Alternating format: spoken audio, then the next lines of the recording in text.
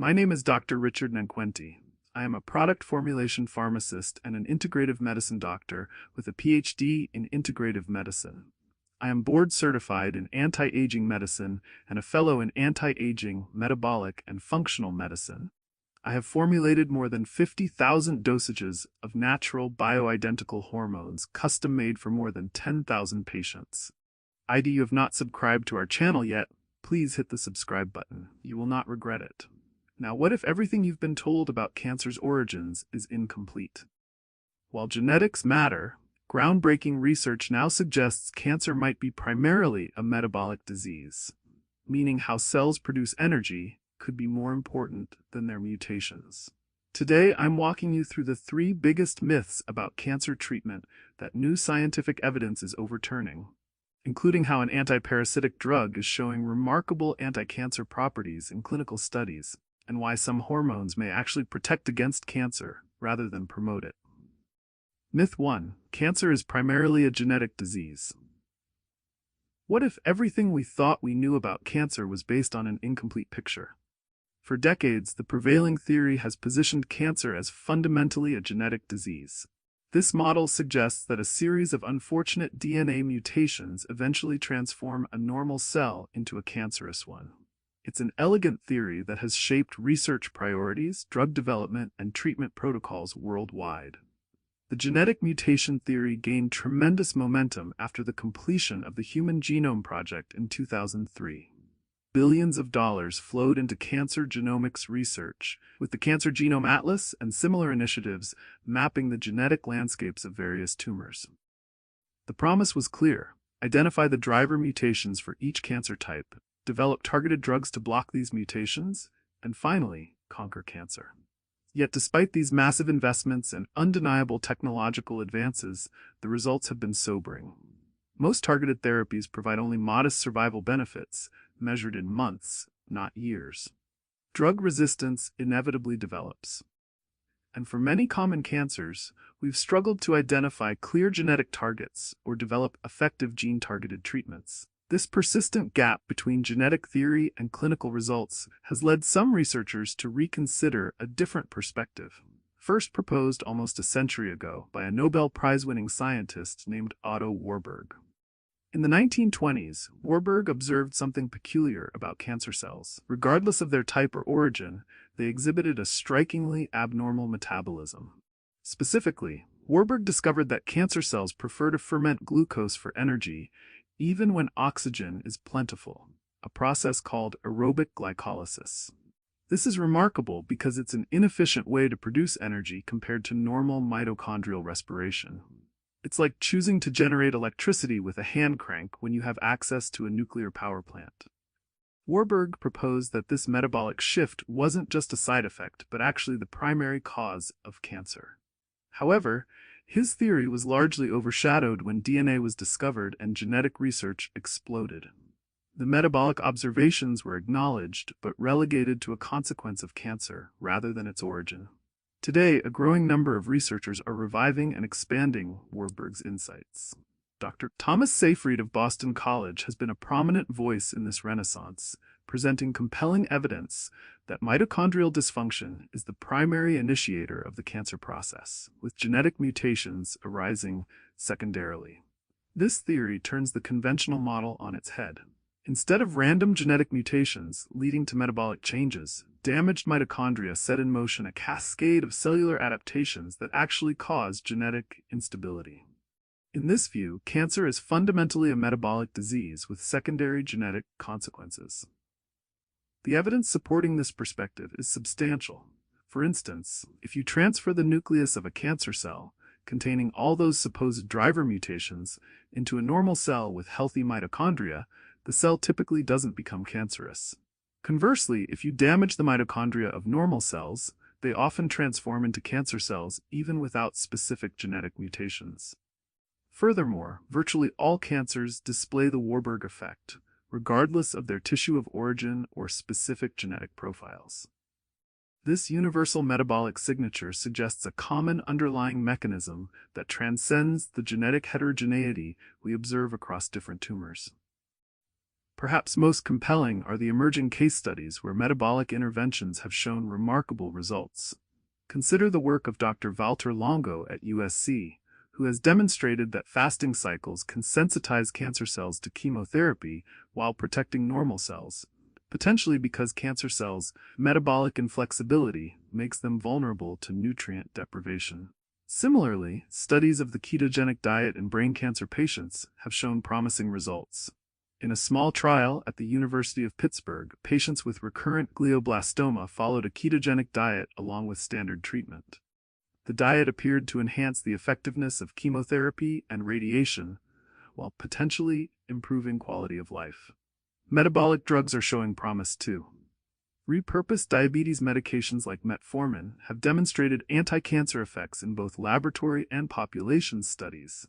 Metformin appears to target cancer cells' altered metabolism, making it harder for them to generate energy and grow. This shift in understanding opens entirely new avenues for treatment. If cancer is fundamentally a metabolic disease, then strategies that target cancer's metabolic vulnerabilities may prove more universally effective than the current approach of developing hundreds of different drugs for hundreds of genetic mutations. The implications are profound. Metabolic interventions like periodic fasting, ketogenic diets, and exercise may move from complementary approaches to central strategies in cancer prevention and treatment. Drugs that restore mitochondrial function or exploit cancer's metabolic weaknesses may work across multiple cancer types, regardless of their genetic profiles. This paradigm shift helps explain why genetic-targeted therapies often deliver disappointing results, and why some patients experience remarkable responses to metabolic interventions that conventional oncology has largely ignored. It doesn't invalidate the importance of genetics in cancer, but rather repositions genetic mutations as downstream effects rather than initiating causes. Myth 2: antiparasitic medications can't fight cancer. While we reframe cancer as a metabolic disease, another intriguing connection has emerged in research labs worldwide. Could cancer cells actually behave like parasites within our bodies? And if so, might existing antiparasitic medications already hold the key to more effective cancer treatments? Ivermectin stands as one of the most successful medicines ever developed. Discovered in the 1970s by Satoshi Omura and William Campbell, who received the 2015 Nobel Prize for their work, this antiparasitic has transformed global health by treating river blindness, lymphatic filariasis, and other devastating parasitic diseases. The World Health Organization lists it as an essential medicine, and over 3.7 billion doses have been distributed worldwide for human use, with an exceptional safety record. What researchers never expected was that this humble deworming drug would show remarkable anti-cancer properties. The first hints emerged in 2017 when a study published in Biochemical and Biophysical Research Communications showed ivermectin could selectively kill leukemia cells while sparing healthy blood cells. Since then, evidence has accumulated rapidly, with studies demonstrating effectiveness against a surprising range of cancers. The mechanisms behind ivermectin's anti-cancer effects are particularly fascinating. Unlike conventional chemotherapy that often works through a single mechanism, ivermectin appears to attack cancer through multiple pathways simultaneously. It targets cancer stem cells, the treatment-resistant cells responsible for tumor recurrence, by inhibiting the WNT-TCF pathway critical for their self-renewal. Additionally, ivermectin activates p53, the guardian of the genome, induces immunogenic cell death, and disrupts PAC1 signaling that many cancers depend on for survival. Laboratory studies have demonstrated ivermectin's potential against breast cancer, where it showed 68% growth inhibition at doses achievable in human plasma. In colorectal cancer models, ivermectin reduced tumor volume by up to 50% in just 2 weeks. Ovarian cancer cells proved particularly sensitive, with ivermectin causing a nearly complete cessation of growth in platinum-resistant cell lines, the most challenging form of this disease. Even aggressive glioblastoma brain tumors showed remarkable sensitivity, with ivermectin crossing the blood-brain barrier to target these previously untreatable cancers. These findings become even more compelling when we consider the emerging understanding that cancer cells behave remarkably like parasites. Both cancer cells and parasites establish protected microenvironments, evade immune detection, and reprogram host metabolism to steal nutrients. They manipulate surrounding tissues to create favorable conditions for growth while disrupting normal function. This parasitic-like behavior extends to their metabolic patterns.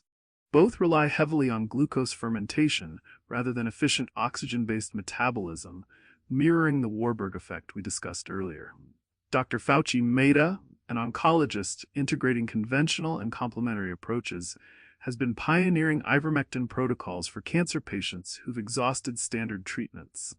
In one case study from his practice, a 67-year-old woman with stage 4 breast cancer that had spread to her bones showed a 35% reduction in tumor markers after 12 weeks on a regimen that included ivermectin 0.3 to 0.5 milligrams per kilogram weekly, alongside metabolic interventions. While individual cases cannot prove efficacy, the pattern of responses suggests something worthy of formal investigation. In Brazil, a research team at University Hospital in São Paulo conducted a small observational study of ivermectin in 30 patients with advanced solid tumors. Using 12 milligrams daily for 2 weeks followed by twice-weekly maintenance, they documented disease stabilization in 23% of patients and partial responses in 13%. Remarkable results in patients who had progressed through all standard therapies. Most patients reported improved quality of life, with minimal side effects primarily consisting of mild nausea or fatigue. The repurposing potential extends beyond ivermectin to other antiparasitic drugs. Mebendazole, commonly used for pinworm infections, has shown promising activity against colon cancer in both laboratory and early clinical studies. Niclosamide, used to treat tapeworm infections, effectively kills cancer stem cells in multiple tumor types. These medications share common characteristics that make them ideal candidates for repurposing. Well-established safety profiles, low cost. Ivermectin costs mere cents per dose in many countries. Oral bioavailability, and mechanisms of action distinct from conventional chemotherapy. What's particularly noteworthy is how these therapies align with the metabolic paradigm of cancer. Many antiparasitics disrupt metabolic processes that both parasites and cancer cells depend on, further supporting the connection between these seemingly different disease processes. By targeting cancer's metabolic vulnerabilities and parasitic-like behaviors simultaneously, these medications may offer synergistic effects when combined with dietary interventions like ketogenic diets or fasting protocols. Myth 3. All hormones promote cancer growth. The metabolic approach to cancer reveals another surprising twist in our understanding of this disease. The role of hormones isn't what we've been told. Have you ever wondered why some populations with higher natural hormone levels paradoxically show lower cancer rates? This contradiction highlights one of medicine's most pervasive misunderstandings about cancer. For decades, conventional medical wisdom has warned women that hormones like estrogen and progesterone increase cancer risk. This fear has led many to avoid hormone therapy altogether, even when suffering from debilitating menopausal symptoms. Physicians routinely caution patients that these hormones fuel cancer growth, particularly in breast and reproductive tissues. This oversimplification has created a hormone-avoidant culture that may actually be counterproductive to cancer prevention. The truth is far more nuanced. The critical distinction lies not in hormones themselves, but in the profound difference between bioidentical hormones and their synthetic counterparts. Bioidentical hormones have the exact molecular structure found naturally in the human body. Synthetic versions, while similar, contain structural modifications that dramatically alter how they interact with cellular receptors. Take progesterone as a prime example. Natural progesterone has demonstrated remarkable anti-cancer properties in numerous studies. A 2016 investigation published in Breast Cancer Research found that natural progesterone triggers apoptosis, programmed cell death, in breast cancer cell lines. This hormone activates the p53 gene, often called the guardian of the genome, which helps detect and eliminate potentially cancerous cells. In stark contrast, synthetic progestins like medroxyprogesterone acetate, found in many birth control formulations, show the opposite effect. A landmark Women's Health Initiative study had to be stopped early when researchers discovered that synthetic hormone combinations significantly increased breast cancer risk. The difference between these seemingly similar compounds couldn't be more profound. One protects, while the other promotes malignancy. The estrogen story follows a similar pattern of misunderstanding. Most medical discussions treat all estrogens as identical, but the human body produces three main types with vastly different properties. Estradiol, the strongest form, stimulates cell growth and division, potentially problematic in cancer-prone tissues. Estrone, produced primarily after menopause, shows moderate growth-promoting effects. The forgotten player is estriol, the weakest of the three. Research from the University of California found that estriol actually competes with stronger estrogens for receptor binding, effectively blocking their cancer-promoting effects. A 35-year study following over 15,000 women who received estriol therapy found no increased risk of breast cancer. In fact, these women had a 26% lower incidence compared to the control group. This protective effect becomes even more significant when we consider that estriol comprises 60 to 80% of estrogens produced during pregnancy, potentially explaining the reduced breast cancer risk associated with full-term pregnancies. The relationship between hormones and cancer becomes clearer when we examine cancer cell receptors. Breast cancers expressing progesterone receptors consistently show better prognosis and treatment outcomes. A 2017 analysis in the Journal of Clinical Oncology demonstrated that tumors with high progesterone receptor expression had significantly improved survival rates. This finding suggests these receptors play a crucial role in regulating cancer cell behavior, potentially by counteracting estrogen's proliferative effects. What's emerging from this research isn't that hormones should be avoided entirely, but rather that proper hormonal balance may be key to cancer prevention. Studies from the University of Texas MD Anderson Cancer Center have shown that specific ratios of progesterone to estradiol demonstrate protective effects against breast cancer development. Women maintaining a progesterone to estradiol ratio above 81 showed substantially lower cancer incidence compared to those with lower ratios. This balance concept extends beyond sex hormones. Insulin produced in excess due to high carbohydrate diets stimulates cellular growth pathways that can accelerate cancer progression. Cortisol, our primary stress hormone, suppresses immune function when chronically elevated, potentially allowing cancer cells to evade detection.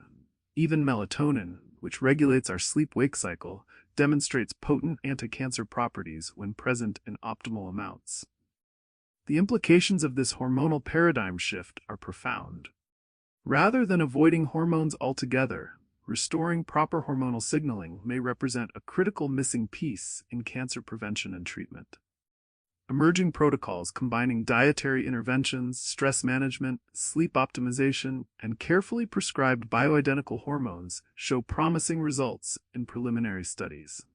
So here's what we've learned from our journey. The metabolic approach to cancer, viewing it as a disease of cellular energy production rather than just genetic mutations, opens doors to treatments that conventional oncology has largely ignored. By reframing cancer as having parasitic qualities, we can understand why medications like ivermectin show such promise. And when we acknowledge the nuanced role hormones play in cancer biology, we discover that balance, not avoidance, may be the key. The future of cancer treatment likely won't come from a single miracle drug, but from an integrated approach that addresses these multiple dimensions simultaneously. By restoring normal metabolic function, targeting cancer's parasitic vulnerabilities, and optimizing hormonal signaling, we may finally develop treatments that are both gentler and more effective than current standards of care. This paradigm shift isn't just theoretical. It's already yielding results for patients brave enough to explore beyond conventional boundaries.